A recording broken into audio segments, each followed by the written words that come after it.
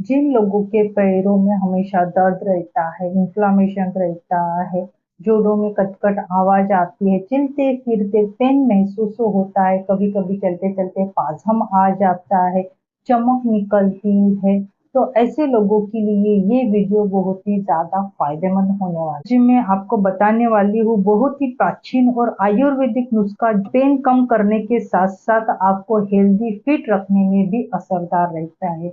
ये जो मैं रेमेडी आपको बताने वाली हूँ, इसमें आपको बिल्कुल भी खर्चा होने नहीं वाला है। आप इज़िली घर पे बना के अप्लाई कर सकते हो और कितना भी पुराना जोड़ों का दर्द है, ये अगर आपने सही तरीके से ये वीडियो को समझ लिया और अपने लाइफ में इंक्लूड किया, तो आपको बहुत सारे फ़ायदे भी देखने को मिलते हैं। अगर आपको कंधे में, पैरों में भारीपन रहता है या कभी-कभी वह जगह सुई चुभने जैसा महसूस होता है, रेडनेस आता है या हाथ पीछे करते समय आपको पेन महसूस होता है या कभी-कभी हाथों में स्तब्धता आ जाती है, सुई चुभने जैसी फीलिंग्स हो जाती है, क्रैम्प आ जाते हैं, तो ऐसे टाइम भी ये नुस्खा असरदार कहा गया। हमारे शरीर के जहाँ जॉइंट रहते हैं यानी 2 हड्डियाँ मिलती है, एक छोटा-सा जोड़ बना रहता है। जोड़ पर एक नरम परत होती है जो कुशन की तरह काम करती है। इसे कार्टिलेज कहते हैं, इसे मेडिकल टर्म में कार्टिलेज कहते हैं। यह कार्टिलेज हड्डियों को रगड़ने से बचाता है और मूवमेंट में मदद करने में डेफिनेटली आपको ये मदद करता है।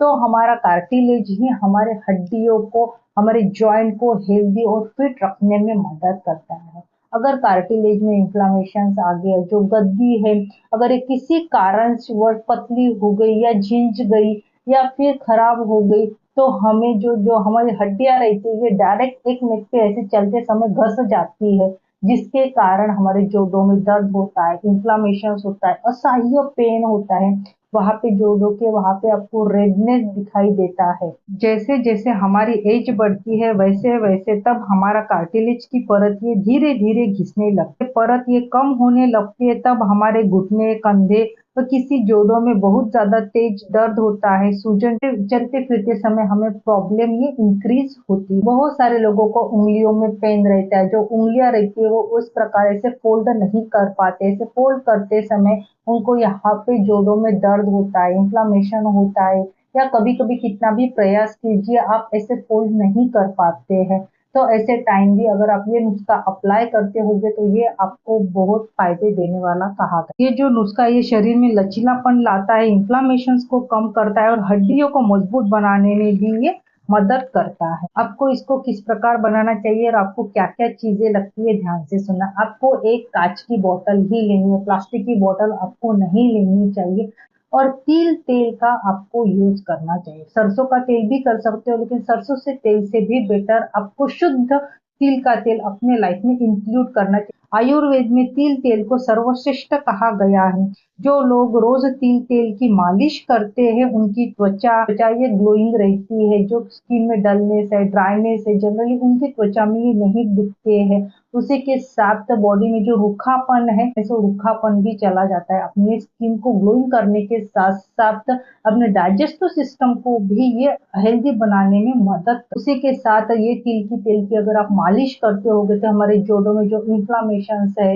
या कट-कट आवाज़ आती है, पेन होता है, ये भी कम करने में ये फ़ायदेमंद कहा गया है। जोड़ों में लचीलापन लाता है।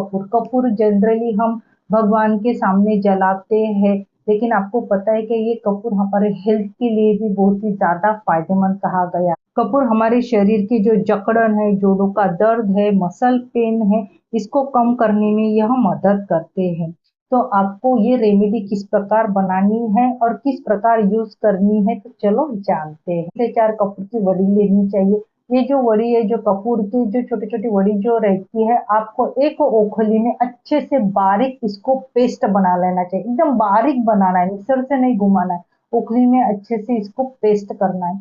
अच्छे से पेस्ट होने के एकदम बारीक पेस्ट होने के बाद हमने एक बॉटल में जो तिल तेल लिया है, ये तिल तेल में ये कपूर को ऐड करना चाहिए। कपूर ऐड करने के बाद जो बॉटल जो रहती है ऑयल की उसको अच्छे से शेक करना चाहिए, यानी अच्छे से कपूर और ऑयल आपको मिक्स कर लेना चाहिए।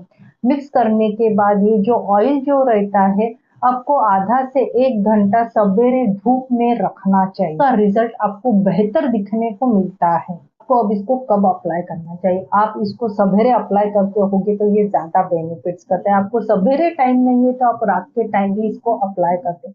आप ये ऑयल पूरे बॉडी पे मालिश के स्वरूप में भी यूज़ कर सकते हो, या फिर जहाँ पर आपको पेन हो रहा है, इन्फ्लेमेशन है, वहाँ पे आपको धीरे-धीरे इसको मसाज करनी चाहिए।